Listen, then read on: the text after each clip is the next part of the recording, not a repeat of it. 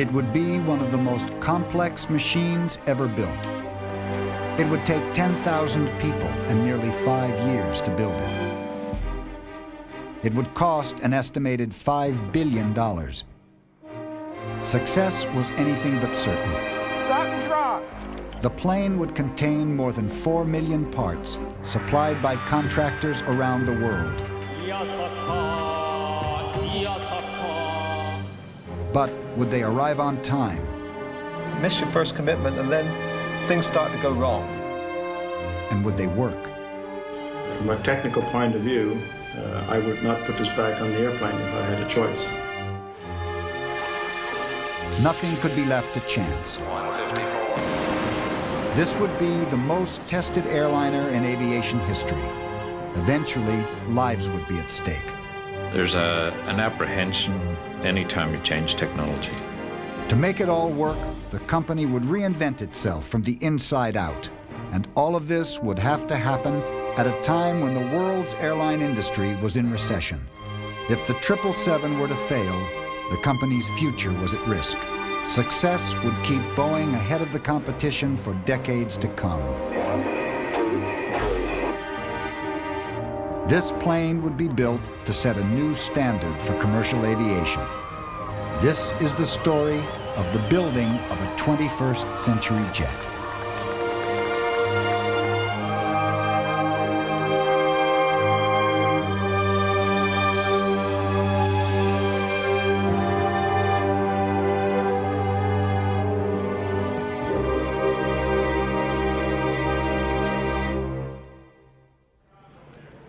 (1993) had been the year of assembly for Boeing's new airliner, the 777. In the space of a year, a whole plane had come together in the factory. By January of 1994, the plane was moving for the first time on its own wheels.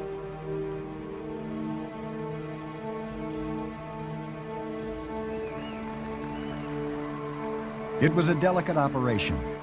A team of wing walkers made sure the tow driver avoided bumping into walls, tools, or other aircraft. Because I can't see the end of the wing tips. If I get close to something, they'll let me know, warn me, or we have to back up and try again. Boeing had so far received orders for 140 planes. They hoped the 777 would ensure the company's commercial success well into the 21st century. But no 777 had yet flown. This one would be the first, and there were only 5 months to go before this aircraft would take its first flight. It would be 5 months of pressure, stress, and shifting deadlines.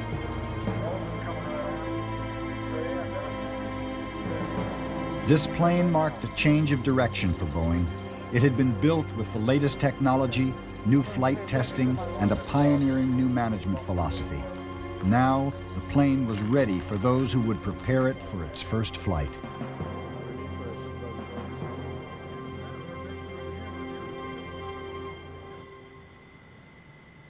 Now that a space had been vacated, the number 2 plane would be moved into position for assembly, followed by other planes farther down the line. There was one important component still missing from the plane. In fact, 2. The engines. They were being designed and manufactured by other companies and would be brought to the plane just a few weeks before rollout.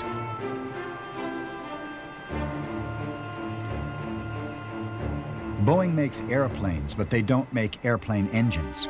That requires a technology all its own. Pressure to design and test the 777 engines would dominate the run-up to the first flight.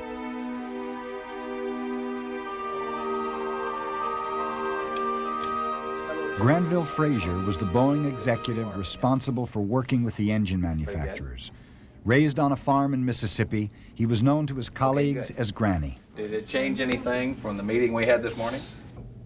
When I used to go back home and visit my relatives who are still either working the beginning factory-type jobs in the city or still work on the farm and actually grow cotton and corn and things like that, they used to ask me, and I'll try to lapse back into my childhood accent, they say, "Granville, what you do out there at that Boeing?" And I'd say things like, well, I manage the business and technical interfaces between the Boeing Commercial Airplane Group and the various engine companies, Rolls-Royce, Pratt & Whitney, and GE. And invariably they'd say, yeah, but what you do? I finally learned to answer the question, I make airplanes. And they say, oh, you're a riveter or a welder? And I told them my job is more like welding. And so you have a lot of communication. You could hear somebody say that occasionally. Granville's got a nice job out there at Boeing in Washington State. He's a welder. Welding relationships with the engine manufacturers was Fraser's main task. It would require all of his tact and skill to keep the engines on schedule. The first plane to go into service with United Airlines would have engines made by Pratt & Whitney. According to engineers, a modern jet engine works by a process of suck, squeeze, burn, and blow. Air flows in at the front end through a series of rotating compressors fixed to a shaft. When the air pressure has increased about 20 times, it's heated in a burner at the back. The hot air rushes out, turning the turbine blades, rotating the shaft at high speed, and spinning the front fan. This pulls the plane through the air like a propeller, except much more powerfully. The design of the new engine produced fierce technological challenges. I don't remember how many parts there are in an engine, maybe 50,000. And they whirl in a circle with tip speeds on the fans that are transonic, with turbine materials that are running at sufficient temperatures that they're running cherry red, and they all fly in formation with the airplane. They're 25, the propulsion system, including the engines, maybe 25% of the price of an airplane. It's a big chunk of it. There were 3 companies making engines for the 777, Rolls-Royce, GE, and Pratt & Whitney. It would be up to the airline to choose which manufacturer they went with on their airplanes. As with the rest of the plane, the engines were designed using a 3-dimensional computer. Every component stretched the limits of technology. The contours of the fan blades, for example, were angled to within 1/3 of a degree. Because the outer portions would move fastest, they would have to be larger to take in the same amount of air as the slower parts of the blades near the shaft. A steady and even airflow throughout the engine was crucial.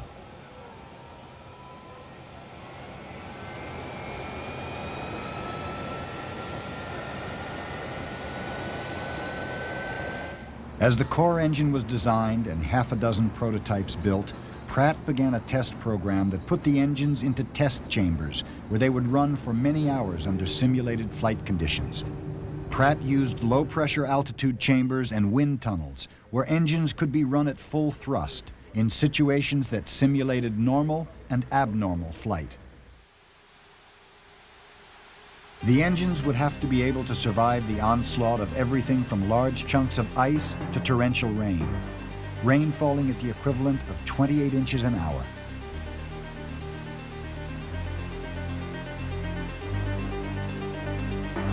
Bird strikes had caused crashes in the past, so the engineers fired flocks of small birds, dead ones, at the engine, escalating to birds weighing as much as 8 pounds.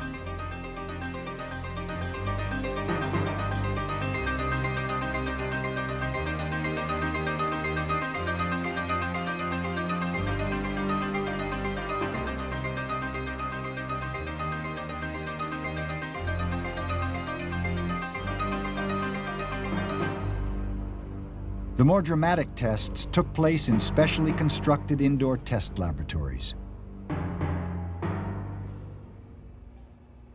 But Pratt & Whitney also had an outdoor test facility for running engines for weeks at a time at high thrust. It was in a location where it wouldn't disturb the neighbors. When you go into reverse, you kick up a lot of sand and dirt, and you just tear up the test stand. So we run it outside for that reason. That's the primary reason. And the other secondary reason is that you don't wake anybody up out here when you're running all day long.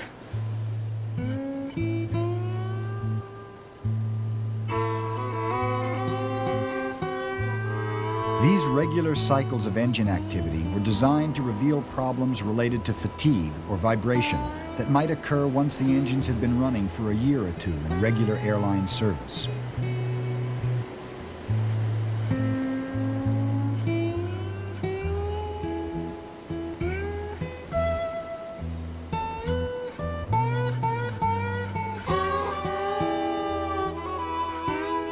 When an engine had to be shut down in flight, it was often because some small component had broken, leading to the plane having to land at the nearest airfield.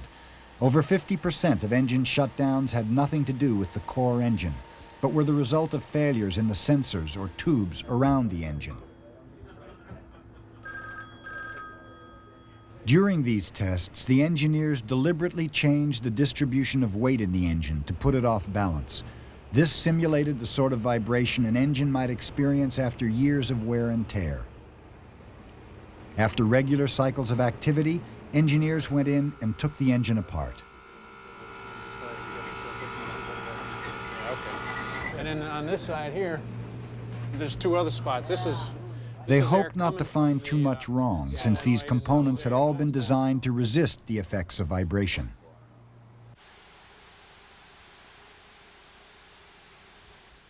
Scott Hadley designed a drainage tube that surrounded the turbine case, attached at various points.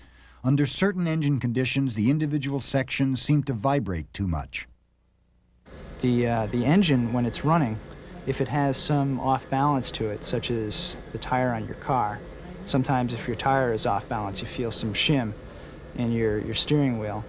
And what that shimmy, if you're at the right speed, and this tube system is tuned to that same frequency, it can amplify that vibration that's being input.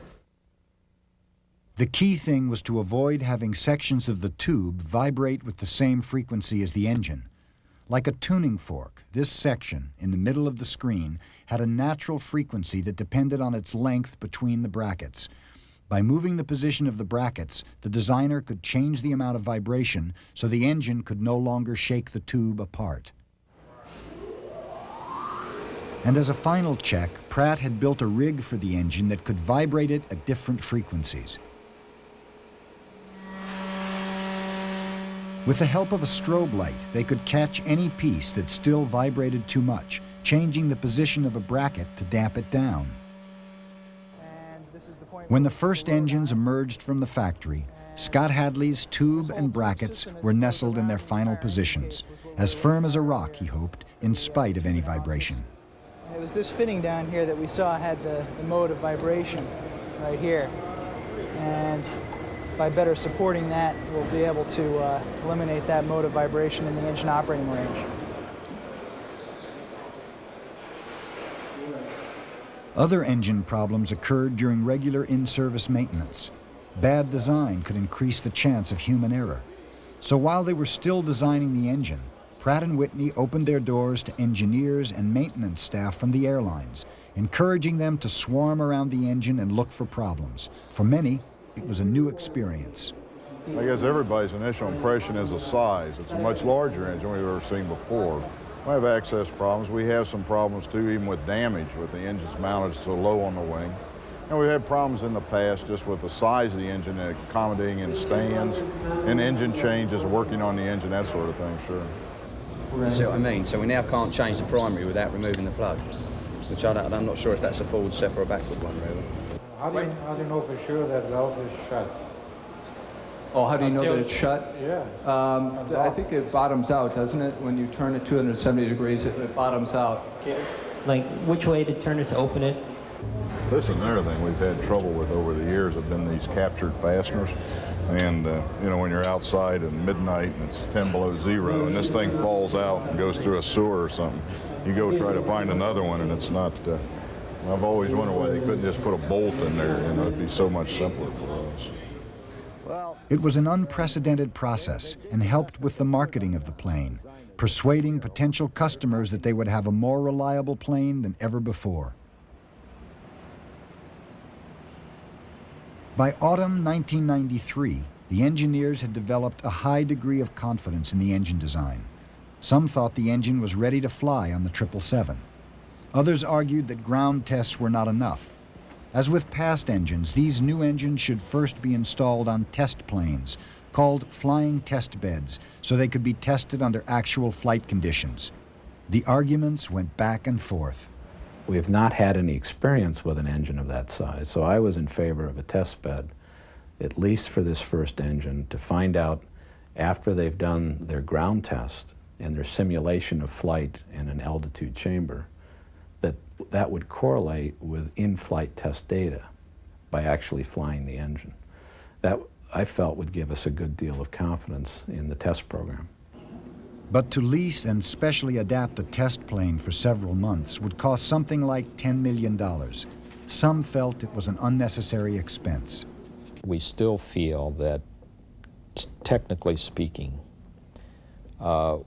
we have the ability now to acquire consistent data from a wind tunnel environment, ground-based wind tunnel environment.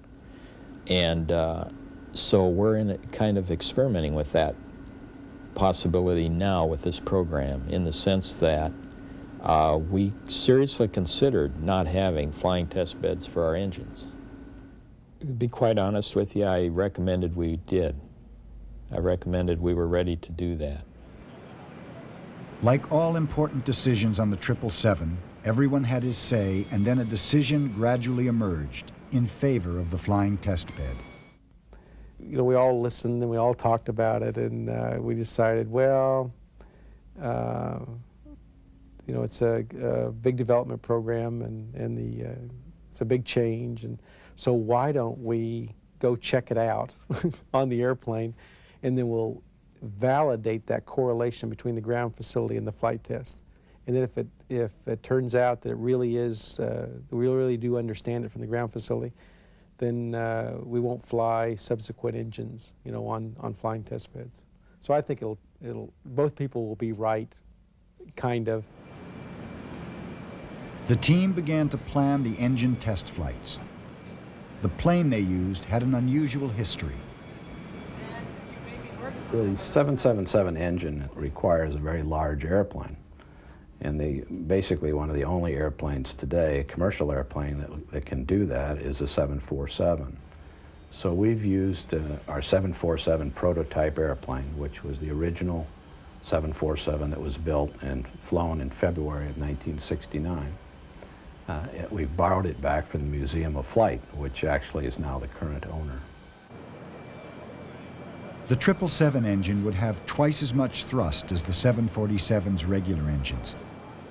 It gave an unbalanced look and feel to the historic plane.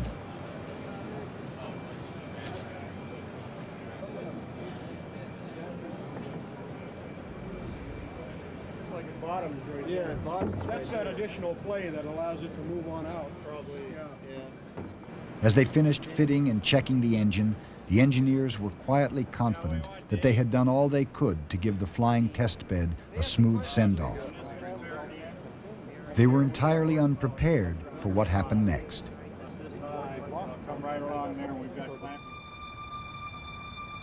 The tests began slowly and gently, starting with lower thrust levels as the team got used to the effects of the larger engine on the plane. Then on the third flight, something unexpected happened.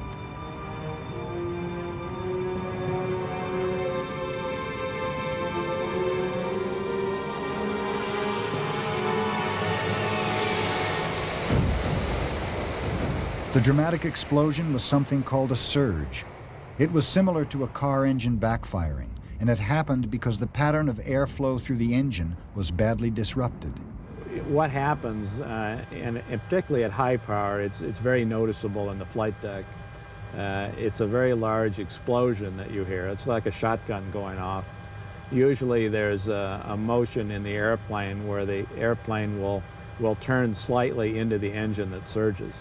The takeoff surge that we had on RA-01 was certainly an unexpected surge. You never expect the engine to surge at its takeoff power during rotation. That's not something that you want to ever see.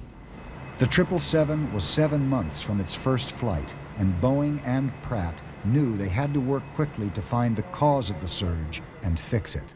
And the engine that was installed on the 747 had been through a very severe series of tests, including a number of stalls where we intentionally forced the engine to act abnormally. We had stalled this engine over 50 times before we flew on the 747. And we took away some of the goodness, some of the surge margin in that engine. So when we flew on the 747, the engine was in a degraded state. It wasn't a new representative engine, it was a damaged engine that had been worked very hard. And we got an answer from that test program that said, that's not a wise thing to do. For many of the engineers, the surge was a setback. Alan Mullally insisted on seeing problems uncovered during testing in a positive light. It was a gift, which was good news. It was a good piece of data. And following analysis of the engine and looking at the test data that we gathered, we realized that the case that surrounds the fan blades needed to be a little stiffer because it was moving a little bit more than what we had in the design, and that allowed a little bit too much clearance between the tip of the fan blades and the case, which allowed the fan blades to stall just like an airfoil. Now, we could have gone to flight testing on the very first airplane without this fix in, and it would have been okay, but it would be a lot more efficient if we could get the new components made, get them retrofitted, and put them on the airplane. For the group that had supported the idea of a flying test bed, they appeared to have been right. We had hoped they would be able to find this kind of a problem on their ground testing. It would have been one that would have more likely been found in the Florida test facility rather than the altitude chamber, because it has to be done at extremely high power. And at this point, I really don't know why they didn't find it or what the characteristics were. So, and obviously we're looking at that. But having a test bed does give you the opportunity to discover things like this. For Ron Ostrowski, who had originally been against the idea of a flying test bed, the surge had made him think again. In hindsight, I had a lot of advice from others, and it was good advice. Because given where we are today with what I said earlier about being somewhat behind in the schedule relative to the validation of the engines themselves, if we had not gone ahead with the flying test bed, had just made that decision on the basis of where we were a year ago, we would be concerned about our position now. We would be concerned about it. For Davenport and the test team at Pratt, it was an unfortunate event. We ran a test program that damaged the engine. And we got an answer in the public's eye, flying out of Boeing Field, with the 747, with some of our competitors and some of our customers observing, where the engine stalled and recovered, and we continued on the flight. But it was a very visible signature that we had to explain over and over again, first to ourselves and then to our customers, as to why it happened and why it's not representative of the production article. Back at the Boeing factory in the middle of a midwinter night, the rest of the plane was about to undergo an important test of its fuselage called the high blow test. Once they take off, planes have to be sealed and supplied with air at a higher pressure, because at high altitudes the air gets thinner. This means that if there's a leak, air in the cabin would escape as the plane climbed, and passengers would become short of breath. In the test, engineers increased the pressure by pumping air into the passenger cabin and cargo hold, inflating the plane like a balloon. This was because on the ground, they couldn't decrease the pressure around the plane to simulate high-altitude conditions. The fuselage had to be able to withstand a pressure difference of more than 12 pounds a square inch. We start out at 5 pounds PSI is what we go to. It's preliminary check. And then we'll come down, we'll let people out of the airplane at that point, and then we'll go up to 12.1, which is our proof test. 12.1 PSI, that's per square inch, you got to realize. You may see some leaks around doors, things like that. They're audible, very audible if they're leaking. You'll hear them. If you have a head cold, anything like that, do not enter the airplane. anything like that. On the way up to pressure, clear your ears like this, chew gum, whatever you need. Your ears will pop. If we start going up and your ears do not pop, let us know on the radio. We'll bring it down and let you out. We don't want your ears ringing in there. No earplugs at all. It may be noisy in there, but do not wear earplugs. Okay. When we go to 12-1, I want everybody in the 26 building. I don't want them over here on this beam. Okay, now we got contractors in, you know? Not that I'm aware of. 2 o'clock. Okay, FAA is here, so is customer coordination. They were understood that they come in, they got to stand by till we're ready whenever we get ready. Everybody's good? Okay, so we're ready to go, right? Yes. Okay. Go ahead, Harold, take her up. Everything held up under 5 pounds per square inch. Then pressure was increased toward the test limit, 50% above the maximum in-flight pressure difference. That's a good sign. No plastic blowing. They hoped the plane would hold a pressure difference of 12.1 pounds per square inch without leaking. He will time the 5 minutes. But the optimism was premature. As the pressure difference reached 12 pounds per square inch, the seal on a rear door gave way. There it goes. See if you can hold it. We're going to try to get to 12, 5, 1 and hold.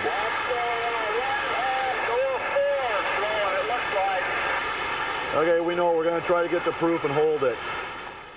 The engineers kept the air pumping, hoping to keep the pressure up to what was called proof, the target pressure difference. I don't know. We're talking about it. Can't hold it? Okay, we're not going to hold proof. We're dropping it. Drop her, Harold. We were real close. Real close. What was the airplane doing? It was climbing up? We were climbing real good. We were climbing real good. How high? We were only going 1,000 feet per minute, but we were at 12.0. Then it blew. If this starts moving out here, I mean, it rotates. Right. And it can rotate at this point. Right, and then it just flops and it's out. pushing it out here. Yeah, at a certain pressure, it'll just flop out. What I'm saying, either way, it's going to rotate around this point here. Let's go up and take a look. Yeah. Let's go up and take a look and see what we got. The aim was to create a temporary seal for the defective door with tape and tubing so the rest of the plane could be tested. Like I said, it's going to rotate around that point there. What we're going to do is we're going to fill this space so the seal has nowhere to go. With what? With Tygon tubing. It'll be trapped by the skin and it'll have nowhere to go. Okay, let's take a break. Well, I've got air.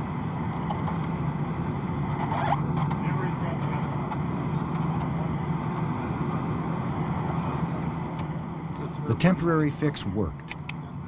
And later that night, the plane was repressurized and reached 12.1 pounds per square inch without leaking.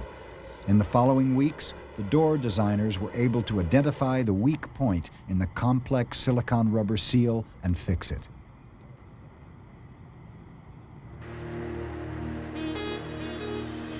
A few days later, on a nearby airfield in the midwinter fog, John Cashman was preparing to pilot an unusual Boeing vehicle called Legos.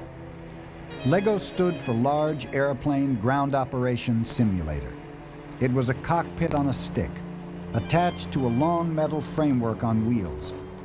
Its wheelbase was even longer than a standard 777's, as it was built to simulate the handling problems presented by a future version of the plane called a stretch, which would be 18 feet longer than the basic model.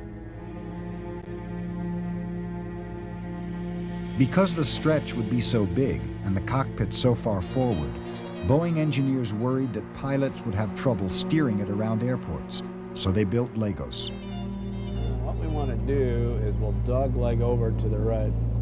Is the van clear behind us?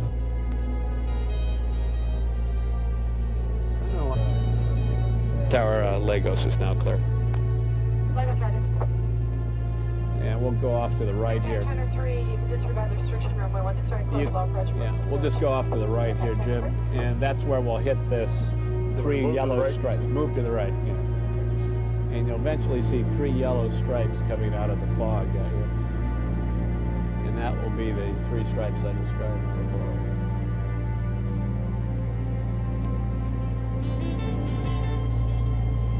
about this heading. Head 270. Understand. I think they got that at Radio Shack or something. The term progressive taxi. You can write a story about this lost in the fog in Lagos. Boeing had made several attempts at solving this problem before deciding they needed Legos. We did try using the simulator, which is very good for a lot of things, but in ground maneuver situations, it was felt it didn't give an accurate enough picture to the pilot to really tell whether the maneuverability was acceptable. And we did do a test last year at Moses Lake using a 757 on taxiways that were scaled down in size. We actually built 60% size taxiways and taxied the 757 around that. All of those were sort of pointed to there might be a problem, or you might say they were inconclusive anyway. They didn't convince us there wasn't a problem, so we decided to go ahead and build this, which is about as close as we can get to the airplane without actually having the airplane. One test involved video cameras mounted on the wings to show the pilot where his wheels were. Because any invention like this could give the company a competitive edge, Boeing kept the system under wraps until deciding whether or not to use it. But as the Lagos pilots addressed a problem that didn't have to be solved for another 2 years, the engine team was dealing with more pressing problems. By this time, the first flight was just 6 months away, and the 777 still didn't have a pair of engines that everyone was happy with. The surge had necessitated a complicated redesign process, all of which took time. The pressure was mounting at the weekly video conferences. The new version of the engine faced a crucial test called the blade-out test. It had to be passed before the engine would be allowed to fly. Accelerometers in order to get the response during the blade-out event. The fan of a big jet would rotate up to 10,000 times a minute. If a blade detached from the shaft, because of foreign object damage, for example, the engine would have to contain it, as it would do much greater damage if it smashed through the engine and into the fuselage. In the test, an explosive bolt snapped off the fan blade at high speed. The engine case was surrounded by a 3-inch thick band of extremely strong material called Kevlar. It had to stop the flying fan blade, seen here in slow motion. The impact was equivalent to stopping a 5-ton car traveling at 70 miles an hour in 5 inches. Release the blade.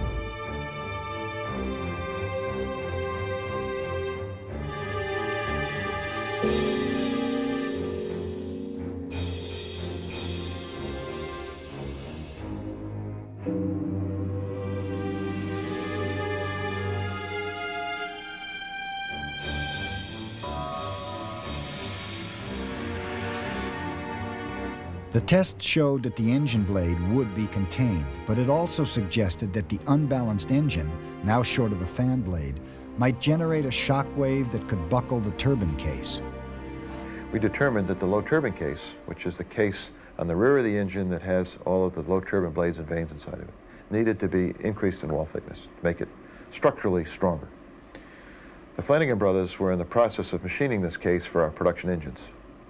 When we went to the Flanagan brothers and said, we need to get casings that are made thicker, machined thicker, and have those casings available for the first flight of the 777, the Flanagan brothers have come to our rescue. The knight in shining armor was Jim Flanagan. His workshop was housed in a small factory in the sleepy town of Glastonbury, Connecticut.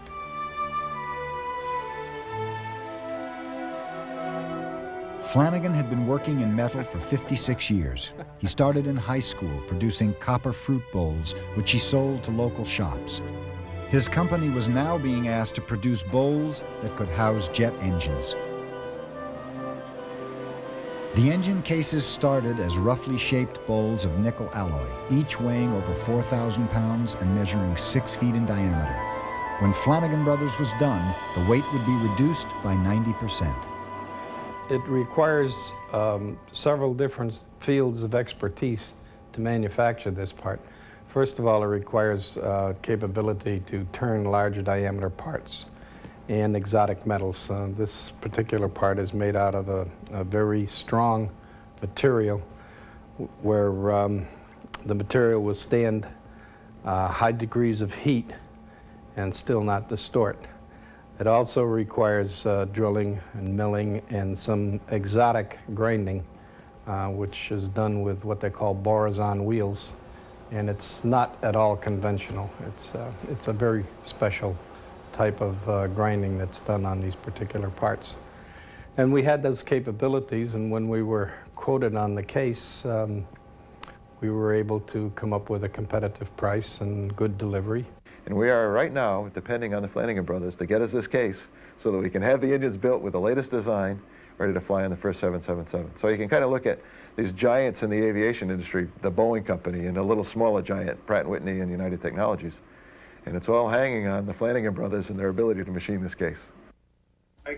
For Davenport at Pratt & Whitney, the new turbine case was just one of the numerous last-minute changes threatening his company's ability to deliver the engines on time. The date is sacred, and that date happens to be April 20th. And between now and April 20th, my hair gets gray, and we get emotional. The problems with the engine were a severe test for relationships between Pratt and Boeing and inside Boeing itself. Sure, we had the first two engines for Airplane 1 were probably 4 weeks behind their scheduled delivery date to the Boeing company, and that's my responsibility. So I was the one that not only had to tell Granny, but I had to tell Alan. And it created a lot of problems for us. We had to do a lot of workarounds, and it disrupted a lot of our other schedules, but comes with a job. Sometimes there's a short-term reaction where you respond to the one definition of stress. That's the terrible feeling you have when you need badly to strangle somebody to death and you can't.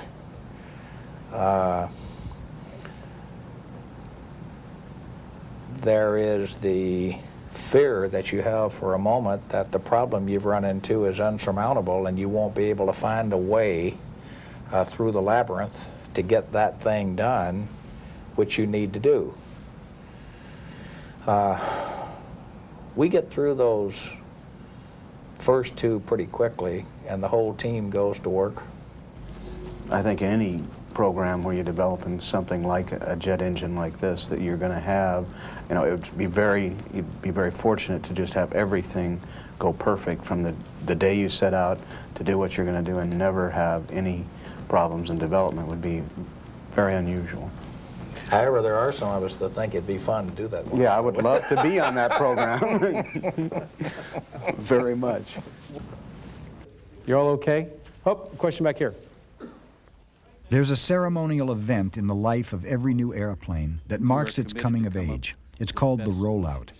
The 777 rollout would be an occasion to celebrate. Boeing had put a lot of effort into making sure the whole 777 team could take pride in the event and share the credit. Alan Mullally described the plans for the occasion to a group of managers. And that's a Saturday. And we're going to do something that we've never done before. We're going to try to include as many of the people that have worked on the 777 around the company as possible. And usually we'd have a rollout, we'd have, 1,000 or 1,200 people. And now we're going to try to give 100,000 people a chance to see the airplane.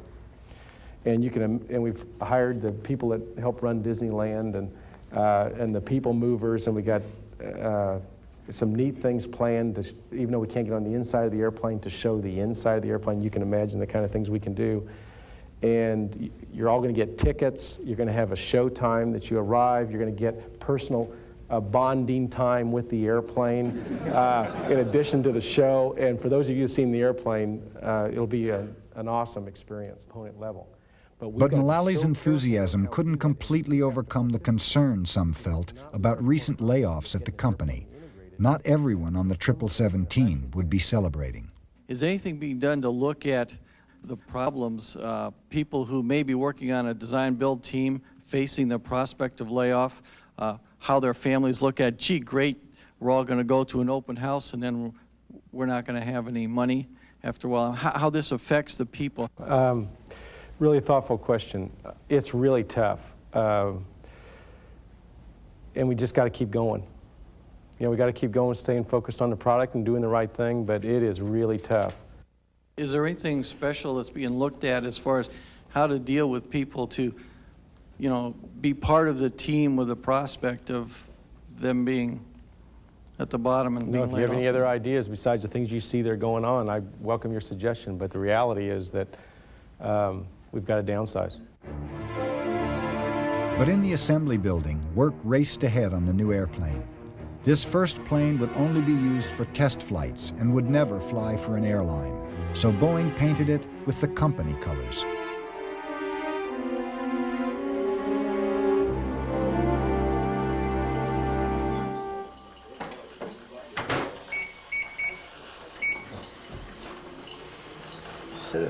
Not yet. Not yet. Not yet. Soon will be. Is you gonna actually roll the plan out today or what? You know, it's a surprise. Because I don't know. Oh, you don't know what they're gonna do? either. Yeah, sir. I don't know what they're going to do exactly. I don't know whether they're going to roll it out or just unveil it or what. If it's anything like they've been in the past, it's gonna be. 50,000 Boeing employees and their relatives were invited to the rollout ceremony. Included was Glenda Barnes. Her job had been to put sealing compound around the inside of the plane's fuel tanks. To get into the gate. What you told me to get my badge? Because one ticket and one badge. A Boeing badge must be escorted with one ticket.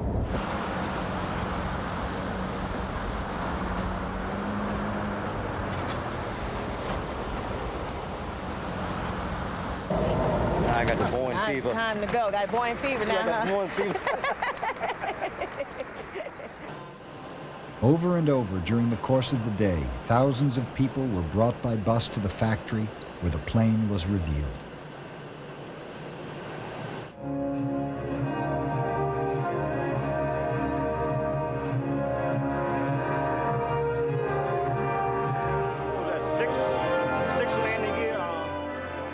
As the plane was unveiled, it looked deceptively small.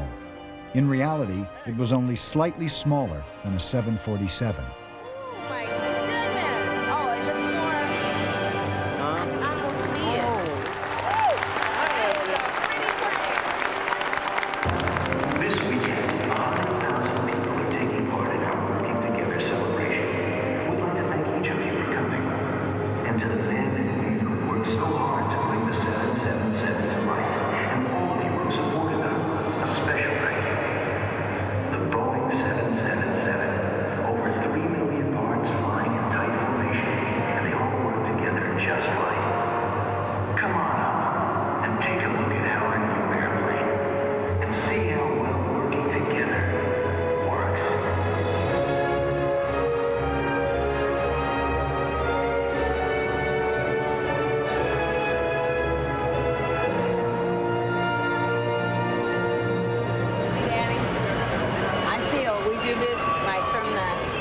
Which is side of the body of the plane, which is here, all the way out is what I worked on. I'm inside of there. See those holes that's underneath there? Those little round holes? We go in and out of those, seal all the way up and down the wing of it. Go in and out of those up in there? That's the excess holes. That's how you get in and out. No, you just have a radio with you. And the sealers go in and out of there and do all the sealing. It's hard to get in there and sometimes hard to get out because that's little small holes. That's the first thing I looked at when they undid the curtains was the wings. I wanted to see exactly what they look like. To just imagine all the stuff that I'd done inside of there.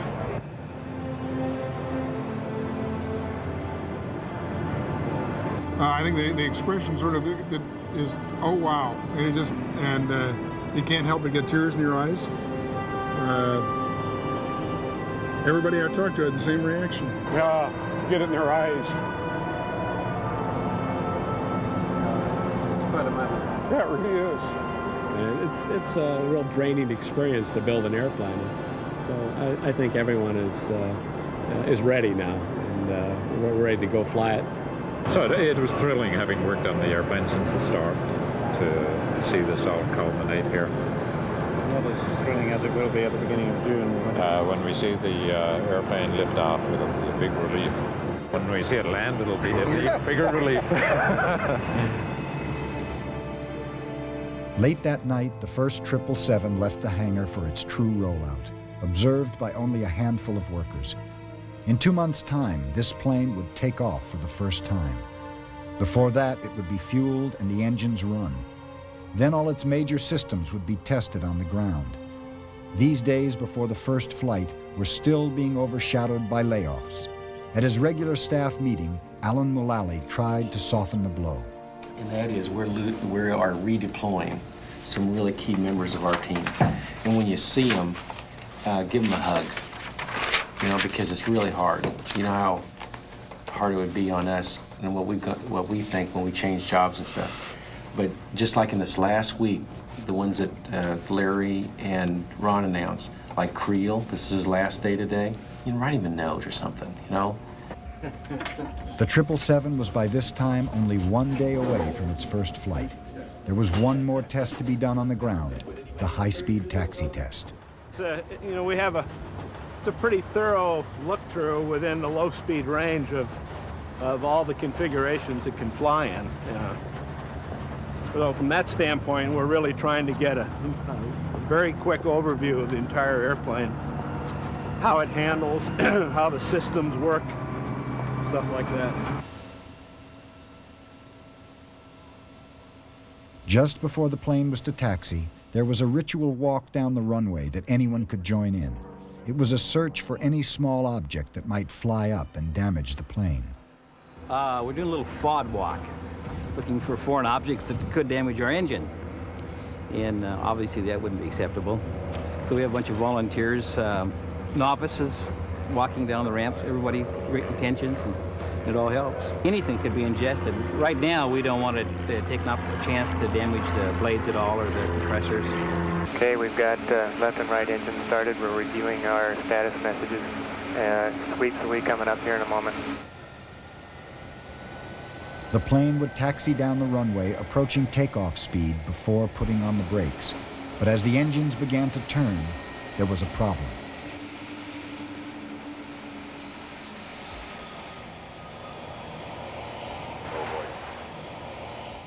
All stations, this is 777-1. We've had a hydraulic leak on the left side of the airplane, and we've shut down and are opening doors here to investigate. Stand by here for an estimate of how long we're going to be. There was a leak in the hydraulic power system that moved the huge flaps on the wings. Yeah. Although there were several backup systems, it had to be fixed before they could taxi. When they finally got going, one key test would be to see how the plane responded if crosswinds pushing on the plane's tail created a sideways pressure on the nose landing gear. Cashman came down to discuss this with Mullally while they waited for the leak to be fixed. With a yaw, and then I'm only going to wait a couple seconds, maybe one, Is it coming before down? I hit the brain brakes again. Is it coming down with the yaw for Side load. but for them to check side loads or for you to check what it feels like on landing? No, for them. For them. It's to try to induce shimmy on the nose gear. From at high speed, they want to spin up with a side load and to see if it shimmies. And that's part one. And part two is with just hit the brakes, and with one brake deactivated, that puts a torque on the gear, and they can look for shimmy stability on the main gear also. Oh, and we're trying to do that on one run. Oh, that's neat. Because once we get off that condition, I got to use almost max brakes to get stopped. Why don't they do it with a rudder input or a wheel input? You can't do it at the high speed. It is a rudder input.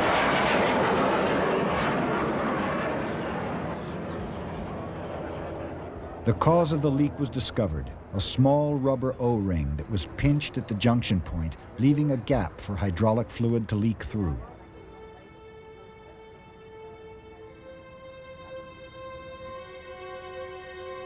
The O-ring was replaced, the engine started up again, and the crew went through their final routines.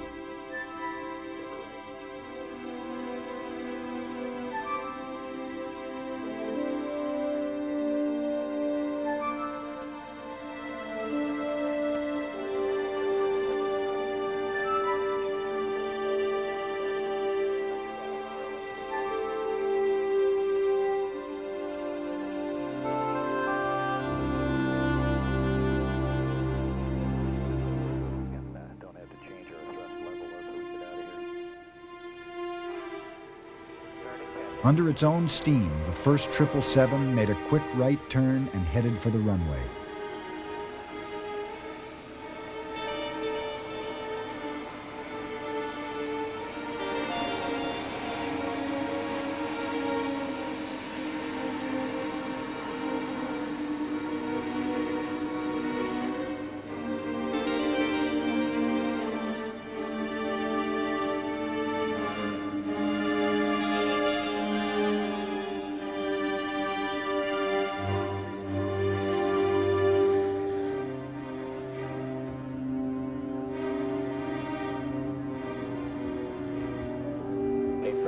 South on Alpha down to set up by where the crash truck is this side of Bravo.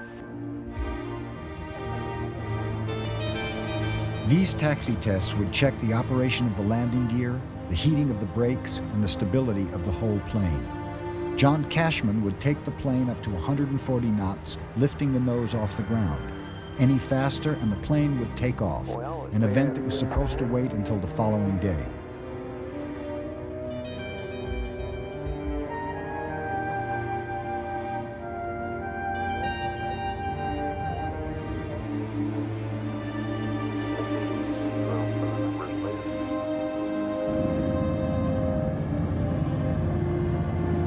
Brake release on 3. 1, 2, 3.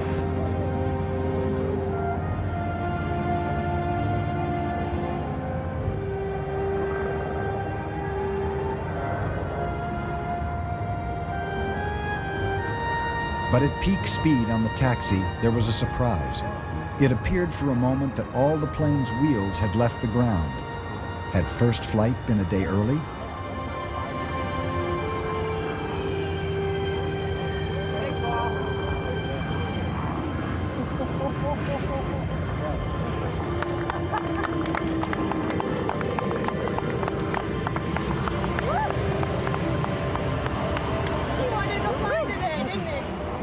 Oh my. We know the lateral work. We sure do. We sure do. Give that a little try. Okay, well, what do you now, say? let's repeat in unison. First flight is tomorrow. Yeah, Tomorrow. It didn't happen today. It did not happen today.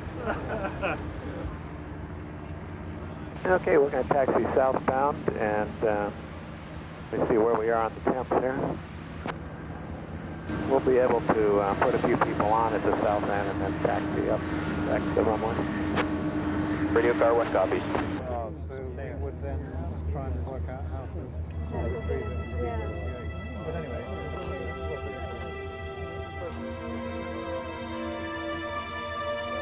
For the journey back to the stand, Cashman invited a handful of senior executives to take their first ride in the plane. It was a journey of less than half a mile, all on the ground. Still, they were thrilled. What? Rudy, why don't you passengers out here? We're all aboard. Let's come aboard. It sounds like a flight attendant, too.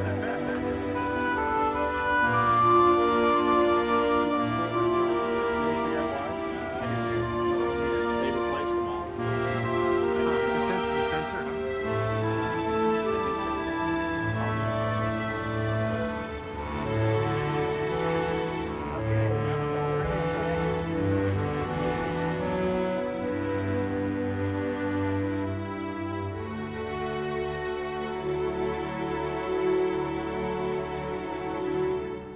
At the briefing after the tests, Cashman reported on how the plane had done.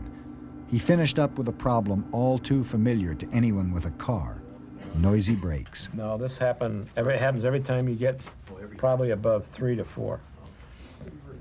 It's kind of a grindy, low groan is just before you stop. Thank you, everybody. It was a good test. Thank you very much. I think we're there. We can't test any more on the ground. That's great.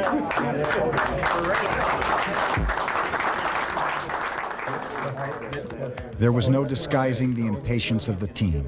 The day they'd been working towards for 4.5 years had almost arrived. The next day, Boeing's prototype 777 was scheduled to fly for the first time. The plane would be checked and rechecked through the night. For in the course of this $5 billion enterprise, this flight would be a milestone like no other. Success or failure would be riding on it.